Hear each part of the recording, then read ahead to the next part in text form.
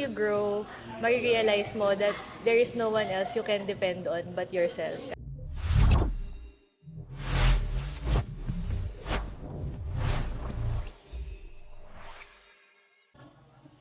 Welcome back to the second episode of Juggling Thoughts. I'm your host for today, Zach Jacinto, and I'm joined by. Hi, I'm Andrea De Leon. I'm the Operations and Marketing Manager of Someday Cafe. So, you want to go straight to the questions? Sure. Alright, so what dream have you quietly placed on a shelf, not because you stopped wanting it, but because you stopped believing you deserved it? And what is the smallest, almost embarrassingly easy step you could take today to prove that belief might be actually wrong? Okay. Um, One thing many people don't know about me is probably I'm a creative person. I like doing crafts. I love doll making.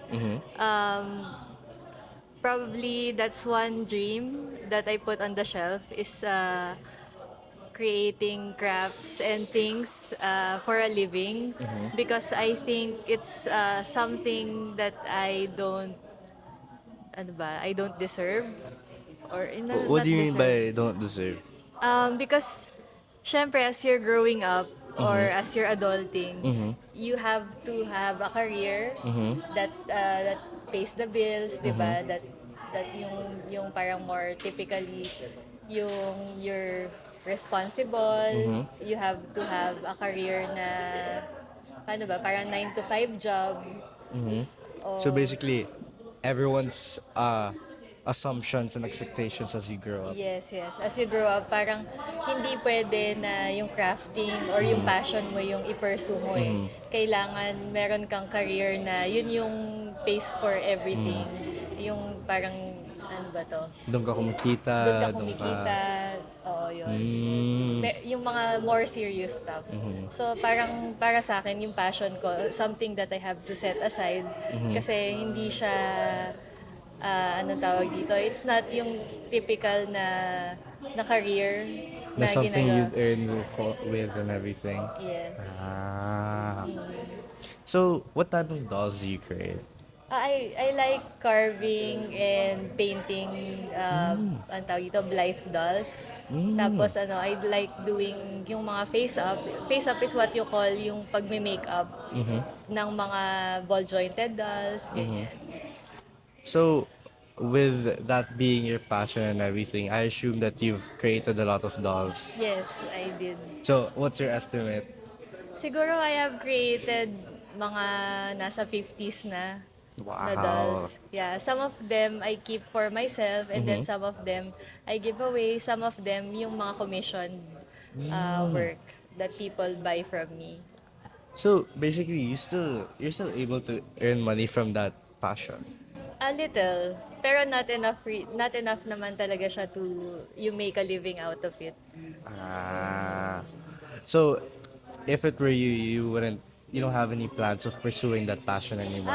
Yan yung dream talaga. Yan yung parang if I have a dream na someday gusto ko talagang magkatotoo is gusto ko na i-pursue yung passion ko, yung making dolls, making crafts, na yun yung magiging source of living ko talaga. Mm. So, is there anyone or anything that influenced you other than that to stop pursuing your passion? Wala naman. Parang more of yung responsibilities ko kasi enroll ko sa work is more of yung tawag dito, I have to perform talaga. Tapos I have to juggle in between different responsibilities na very serious talaga yung work na tawag dito. Yung feeling ko, yung I have to dedicate all my time and effort and energy na ilagay ko dun sa trabaho that I forget na meron akong mga bagay na gustong gawin pala. So basically, you're a workaholic that you forget a lot of Yes, things, yes. like especially your dream talaga. Pero how's that holding up for you so far? Actually, it's depressing. If I'm really honest, parang tawag dito, kung meron akong fear na I'm Yeah. losing Yeah.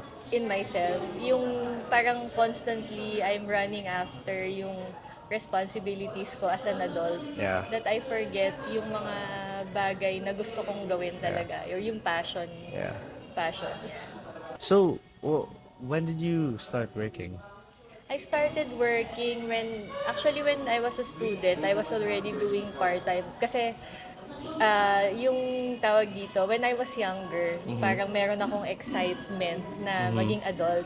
Ah, yeah, Gusto ko yeah. na magkaroon ng sarili kong pera, gusto ko nang magawa yung mga gusto ko, so I couldn't wait. So siguro nung as soon as I turned 18, ganyan, naghahanap ako ng mga iba-ibang part-time jobs na pwede kong gawin. Like, ang una kong naging job was sa CCP, maging usherette. So, yun, nag-usher ako sa mga theater, ganon, tsaka yung mga tour sa CCP. Ganyan. So, you basically wanted to feel independent na at Yes. a really young age. Oo. Tapos, Ah. as soon as I graduated, meron na akong first job. I was a graphic artist. Tapos yun, tuloy-tuloy na. And I didn't notice na mga 22 years straight na from school, hindi na pala ako, yun, parang nag-work lang pala talaga. So parang you had no social life or anything, ganun. May social life din naman, but mostly yung mga ka-work mo, yung gano'n. Yeah. Tapos kasi medyo naging workaholic nga ako. So Yeah. even yung weekends ko, na-dedicate ko din siya sa Sa work talaga. Oo. So you mentioned being a graphic artist, right? So you're basically on track to pursue your dreams at that point. Actually, yung graphics naman, parang kasi nga nagmamadali ako, di ba? Ang Yeah. passion ko talaga was more on sculpting, more on yung mga 3D. So it's more on the physical Yung physical art. talaga na Yeah, art. Kaya lang, okay. yung as soon as I graduated, yung pinakamadaling makuhang work nun as a fine arts graduate was mag-graphic artist. So kahit hindi ko love yung graphic arts, yan talaga, dire-diretso ako. So siguro yun yung one of the things, hindi naman siguro regret kasi but ayun nga, when it comes to pursuing your passion pala, parang kung mamimili ka, minsan mas pinipili mo yung i-set aside mo na yung mga bagay na gusto mo Yeah. para maging adult ka talaga. Yeah. So, being a graphic artist before, you were able to bring out your creativity naman, na? Yes, sa sense na iba kasi yung you're designing for other people eh. Kasi I Yeah. was designing parang when I was a graphic artist, I was designing mga magazines, I Yeah. was designing mga catalogs, yung more on for advertising and marketing.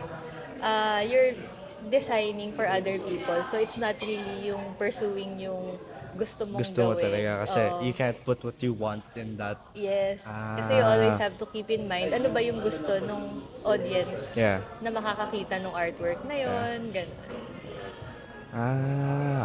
Okay. So, you mentioned you had a dream, right? So, why does that dream truly matter to you? When you strip away applause, approval, and every outside voices, what part of yourself are you afraid that you lose forever if you never even try? Kasi yun nga, as I've mentioned, I was constantly under pressure, performing, tapos trying to please other people, and then yung parang directly putting all my energy and effort into my job. Nakakalimutan ko na meron akong mga dreams, meron akong yung ibang bagay or yung mga things that I want to pursue na passionate about ako. You mentioned being under pressure. Under pressure by what? Under pressure to constantly perform. By a certain someone naman, or just you yourself putting pressure on yourself? Myself putting pressure on myself. Kasi yung gusto kong mag-achieve eh. Gusto kong may mapuntahan, parang gusto kong maging successful. So, yun nga, parang with the constant strain of yung performance, yung mga responsibilities ko, nakakalimutan ko yung passion ko, which is really my core. So, parang natatakot ako na ma-lose ko yung Dream mo Oo, talaga. tsaka yung sense of creativity ko, yung sense of wonder ko, na na-appreciate ko yung beauty. Yung, Because of the pressure that you put on yourself, no? yes, oo. Kasi that pressure pa, it exceeds every other emotion that you have. Yes. Tsaka yung parang nagkaroon na ako ng fear na, anong tawag dyan, constantly kailangan kong mag-perform, or if not, baka mag-fail ako, yung mga ganon. So basically, you're afraid of failure. Yes. So was that your mindset growing up? Afraid of failure. Oo, kaya nga tawag dito, nagkaroon ako ng, parang minsan nag-freeze ako. Kasi hindi ako makapag-act. Marami ako nag-overthink ako, kasi natatakot akong mag-fail. So basically, you have like a DJ or a monster in your head Yes. that's telling you na you can't do this, you can't do that, and it's basically stopping you from doing what you really want. Oo. Kasi you're afraid na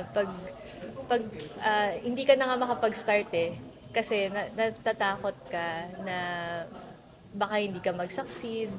Baka mamaya lahat ng gagawin ko. Parang meron akong pessimist sa mind ko na lagi nagsasabi sa akin, ay baka naman mali ang ginagawa mo. So minsan nag-freeze na lang ako na pero yun yung mga bagay na as I grew up and as I adulted, I learned how to fight. Kailangan mo siyang labanan or else wala ka nang mangyayari, hindi ka na makaka-survive, diba? So you mentioned that when you reached adulthood, na your mindset kind of changed, diba? And you were Yeah. able to control those negative emotions and everything that you're feeling. So do you now have the mindset of risk it or lose it? Yes. Kasi as you grow, marirealize mo that there is no one else you can depend on but yourself. Unlike pag bata ka pa, di ba? Yeah. You have your parents or your caregivers na sila yung nagsusupport sa'yo. Pagka tumatanda ka na, matututo ka na maging independent, and then kailangan mo ng tawag dito, gawin yung things to survive. Yeah. So, kahit natatakot ka, kahit na minsan feeling mo hindi mo kaya, susugod Yeah. ka eh. Kailangan Yeah. mong mag-survive talaga. So, sink or swim. Parang gano'n. Yeah, so you basically push yourself to the limits, no? Yes. Hanggang di mo na kaya. Oo, kahit hindi mo alam, gagawin mo. Yeah. Tira ng tira, gano'n. So, during, like, with everything that you said, when was a moment in your past where you could feel yourself growing, where progress felt real and not just busy? And what was present in that season? It's either courage, support, ignorance of odds, or, maybe something else that you've accidentally left behind since then. Siguro yan na yung sinasabi ko kanina, yung tungkol dun sa tira ka ng tira, yung gano'n. Yeah. Nagkaroon ng season in my life where I was thrown into different responsibilities na hindi ako ready.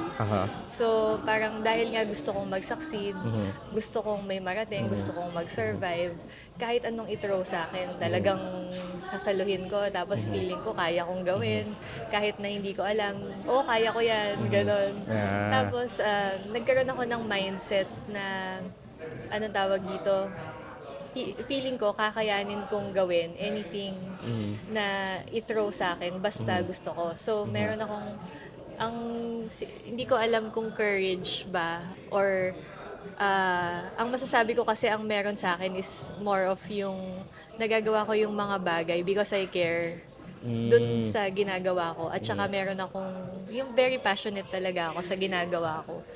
So, one thing na na-lose ko, siguro is yung parang with the constant pressure, parang natakot. Parang nag-start ako na, di ba, tira ka ng tira, gusto mong gawin yung gusto mong mangyari yung mga tawag dito, mga kailangan gawin, ganyan, gusto mong mag-achieve. And then parang nagkaroon ng part in me na parang medyo narating ko yung magandang position, narating ko na yung tawag dito, yung gusto kong i-attain. Yeah. Tapos natatakot akong malose yun. Kaya nangyayari sa akin na nagkakaroon ako ng anxiety naman ngayon. Ah, Na paano kung magkamali ako, masyadong Yeah. maraming at risk Yeah. pag nag-make ako ng mistake, yeah. yung mga ganon. So, siguro, yung natatakot akong malose is yung ganun kong attitude, yung passion ko, tsaka yung drive ko. Dahil lang sa fear ko mag-make ng mistake. So basically, yung thought na you're afraid to make mistakes is taking over everything. No? Yes, yung It's bigger than all overthinking. the other thoughts. So you're still currently you're still currently in that phase right now? Nagkakaroon ako ng ganyang phase, but yun, kailangan mo talagang, yun nga, as an adult, you have to survive. Yeah. So, kailangan mo mag-show up kahit na medyo natatakot ka. Yeah. Kailangan mong tapangan, Yeah. kailangan mong maging strong, Yeah. yung ganyan. How can someone hold the tension between two fears? You mentioned about you have a lot of fears as well. The fear that their big dream will never happen and the fear that it might. But they lose the magic of dreaming it while still showing up for small, unglamorous actions day after day without numbing out or giving up. I think we have to accept na yung both fears can exist at the same time. Kasi Yeah. 'di ba, syempre meron tayong mga dreams na gusto natin mangyari. Tapos minsan tawag dito, madali pa siyang masarap mag-dream kapag ka hindi pa siya nangyayari dahil ano pa siya, parang pure na pure. Yeah. Parang lahat possible. Yeah. And then minsan, nangyayari yung dream natin. Tapos pag nangyari na siya, minsan pag nandyan na, parang nagiging ordinary, nawawala na yung Yeah. magic, Yeah. yung ganyan. So, para sa akin, ayun, nag-exist siya both at the same time.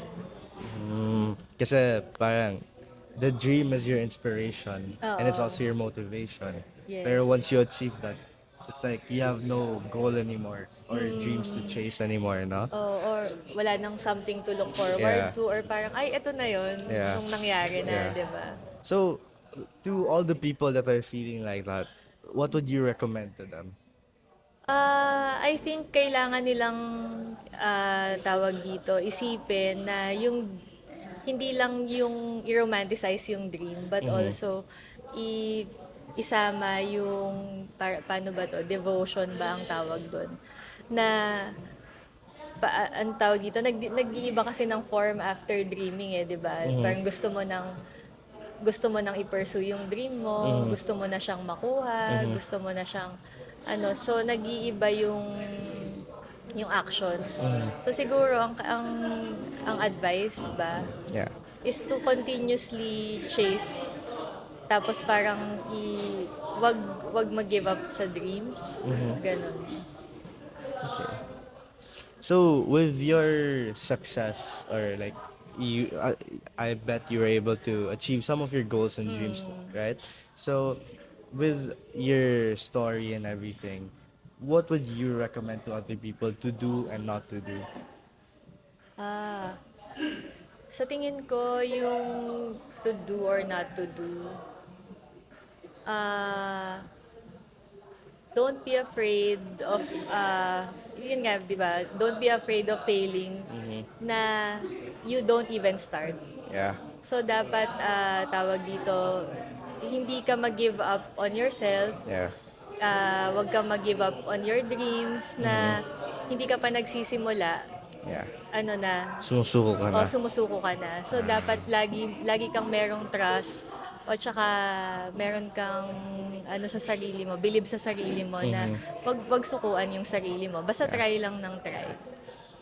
Kasi pag di mo tinry, di mo naman malalaman kung ano mangyayari. Oo, kasi pag wala kang, di ba, pag may ginawa ka, pwede kang mag-fail or pwede kang mag-succeed.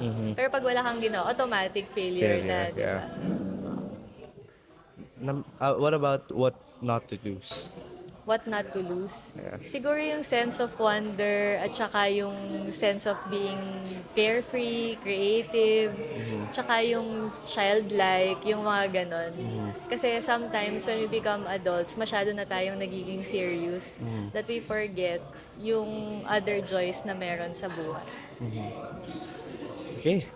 So, with your whole story and everything that you've told me, uh, can you tell us more about yourself? So, ayun, I graduated fine arts Uh-huh. 20-something years ago. So, I've been working for about over 20 years, different kind of roles. So, yan nga, I was thrown into different tawag dito, positions sa management, sa marketing, sa creative roles, ganyan. So, parang jack of all trades, master of none. Yeah. So, sa tingin ko, meron akong diverse backgrounds. But, parang ina-accept ko lang kung saan ako mapunta. Go with Yeah. the flow lang ako Yeah. palagi. So you're not really the type to push something. If it's not meant for you, it's not meant for you. Yes. Ah. Try lang ako ng try. Kung ano yung sa tingin ko na kaya kong gawin, I will pursue it. Yeah. Tapos I will give my 100%. Yeah. Tapos kung magsasucceed, magsasucceed. If Yeah. not, then maybe another thing naman na pwedeng i-try. Yeah, kasi it's not meant for you. Yeah. Okay. So, thank you for your time. And yeah, that's the second episode of Juggling Thoughts. Thank you.